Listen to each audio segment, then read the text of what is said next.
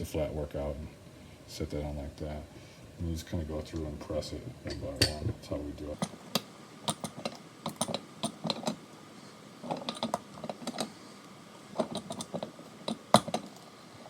And we got this nice little jig, really makes it all much, much easier to do. Otherwise, you're just kind of pressing everything individually. Turn it around like that. And then take it out, and you got a nice bobbin there. After that, we'll take some super glue, and we go around. We hit each magnet through here, go all the way around, both sides, and we super glue it down. And after that, we'll dip it in lacquer. Some people spray them. You can do that. That also helps solidify everything. Now, the Vince pickups I've taken apart a lot, they don't have tape underneath the wire on top of the magnets. And we found that with a very thin piece of tape all the way around, that it doesn't alter the tone. But when you start adding more tape and going with thicker tape, it does. And that's not always a bad thing if you're trying to do certain things with the voicing of your pickups. So what we'll use a variety of tape. Sometimes you see this yellow tape, which is thinner.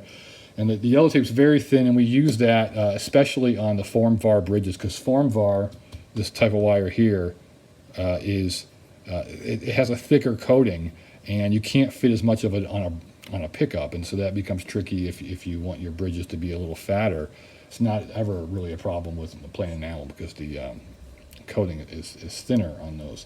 So you got to compensate for that when you're using tape. So anything that we're using form var on, typically, especially the bridges, we're going to use yellow.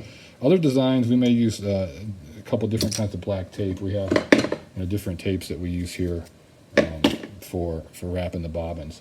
After all that's done, you pretty much have a finished product that's ready to wind. And before you get to winding, it's really important that after you've gone through and prepped all these, glue them, tape them, lacquer them.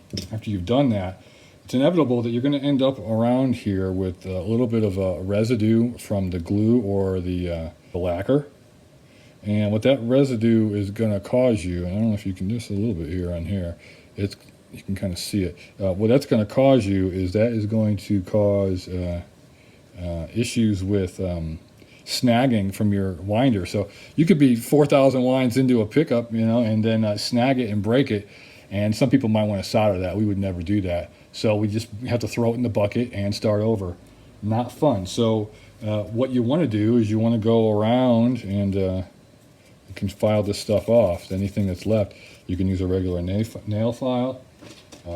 Something else that's kind of handy is this 3M sticky sandpaper from 3M. It's really nice. There's probably other companies that make it too. And it'll stick to your thumb and you can get in there and work it.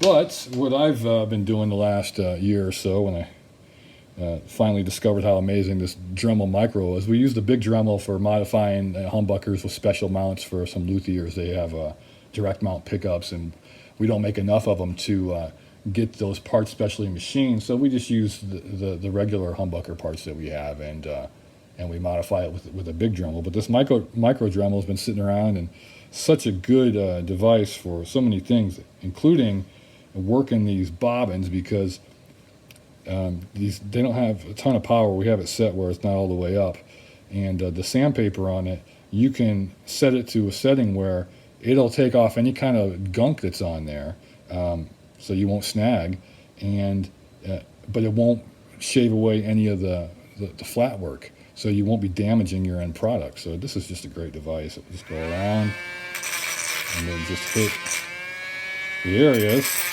where you see drips. Works really well for this application. And it's probably a good idea to be wearing gloves as you're doing this, but that's how we do it. And I also like to hit the back of these eyelets, because remember, we coat the whole bobbin in lacquer, and that just helps keep everything together, because it seeps into all those spots you might have missed with the glue, and it even helps the eyelet stay in there. But I want to knock that gunk off, even the outer part of the eyelet, because you're going to have a little bit of gunk in there, and you melt most of it away with a soldering iron, but you don't want more synthetic materials in there that need to be. That's probably me being overly paranoid, but we want to do everything we can to make a really high quality product. And that even includes after we've built the pickup. We put them through all kinds of weird tests, and people think we're crazy, but we freeze them, we heat them up, because copper wire expands and retracts with the changes of temperature. So if you leave it in your car, or your upstairs gets cold or hot, or just during the winter and the summer, there's such a wide variety of shrinkage and opportunities to expand the copper wire, that there could be a breakage, it could reveal a short, and so we want to mimic some of those temperature changes before we slap our name on these and send them out to customers who paid their hard-earned money for them. So we really try to go the extra mile in regards to testing, and it all really starts with the build process. Make sure you get that gunk out of there. Do everything you can to make a product that's going to stand the test of time and sound amazing, and that's what we're trying to do here.